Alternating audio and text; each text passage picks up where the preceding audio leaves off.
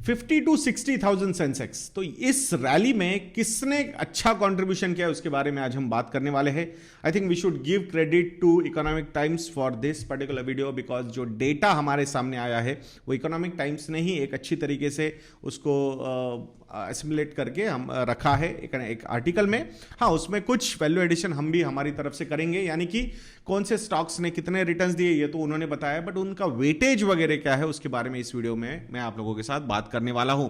सो सबसे ज्यादा रिटर्न्स ये 50 to 60,000 की जो जर्नी रही सेंसेक्स की, उसमें सबसे ज्यादा रिटर्न्स किस स्टॉक ने दिए, तो वो है बजाज फिनसर्व लिमिटेड। तो इसको उसके रीजंस क्या क्या हो सकते हैं। एक तो लाइफ इंश्योरेंस बिजनेस डेफिनेटली बहुत ज्यादा अंडर पेनिट्रेशन है, तो वो एक रीजन तो है ही।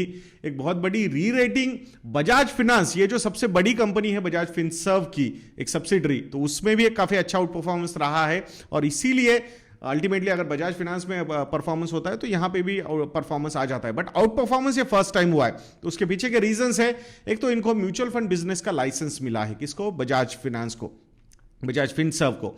अब ये जो कंपनी है डिजिटल थॉट प्रोसेस से अगर आप देखोगे या फिर डेटा एनालिटिक्स के हिसाब से आप देखोगे तो मोर देन 5 करोड़ कस्टमर्स हैं इनके पास। तो डेफिनेटली अगर इस कंपनी को ऐसा कुछ नया लाइसेंस मिलता है तो एक बहुत बड़ी अपॉर्चुनिटी वहां पे डेवलप होती हुई नजर आ सकती है। And these people are quite interesting, मतलब इनको अलग अलग तरीके से कैसे लोगों को एंगेज किया जाए, और क्रॉस सेलिंग में मास्टर कंपनी है बजाज फिनसर्व की Bajaj finance. And that's why मुझे लगता है ये एक रीजन हो सकता है 105% के रिटर्न्स बजाज फिनसर्व ने ये 50 to 60,000 की जो जर्नी है 161 डेज में यहां पे दिए है।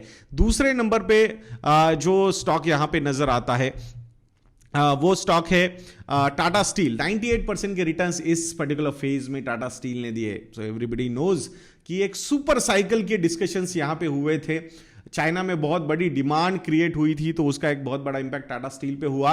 एंड जो प्रोजेक्शंस आए, अब ये कितने सही है कितने गलत है ये तो टाइम ही बताएगा, because some things are not happening very good in China. जिस तरीके से उन्होंने हाउसिंग मार्केट क्रिएट किया था, सही में उतनी डिमांड है क्या, ओवर सप्लाई हो चुका है वहां पे। So that is going to be a concern in coming months for commodities, specifically steel वगैरह की बात अगर हम करते हैं तो वो वॉचफुल रहना चाहिए। But Tata Steel is one company, 98% के रिटर्न्स अभी इस कंपनी ने दिए। Bajaj Finance is at number 3 position with 54% returns. I have already discuss Bajaj Finserv and Bajaj Finance. State Bank of India 53% के रिटर्न्स, एक बहुत ही बढ़िया तरीके से री रेटिंग यहां पे पीएसयू बैंक में होती हुई नजर आ रही है। Normally we prefer private banks और एनबीएफसीज, बट पीएसयूज पे अगर आपको इन्वेस्टमेंट करनी है तो मैं हमेशा बोलता था अगर करनी ही है पीएसयू बैंक्स में तो यही एक बैंक लगती है जो इन्वेस्टमेंट के एक थॉट प्रोसेस में बैठ सकती है। Otherwise other banks are dependent on news rather than performance. SBI is one bank which is dependent on their performance, so that's a positive sign. And plus इनके जो सब्सिडरीज है वो भी काफी अच्छी तरीके से एक तो लिस्ट हो चुकी है, कुछ लिस्ट होने वाली आने वाले समय में, so that is going to be an interesting thing to watch. Tech Mahindra is one company, 52% का यहां पे रिटर्न टेक महिंद्रा ने दिया। एक बहुत ही बढ़िया तरीके से री रेटिंग आईटी कंपनीज में हुई है, और उसमें रिसेंट पास्ट में टेक महिंद्रा में काफी अच्छा उछाल हमने देखा है।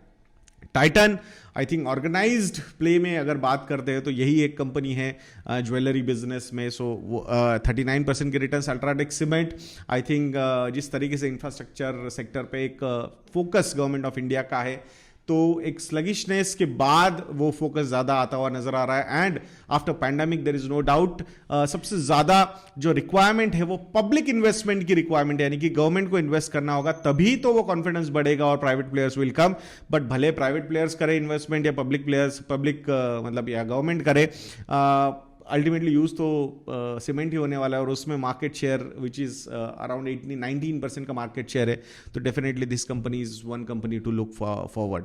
HCL technologies, dark horse of information technology, I always use to say that.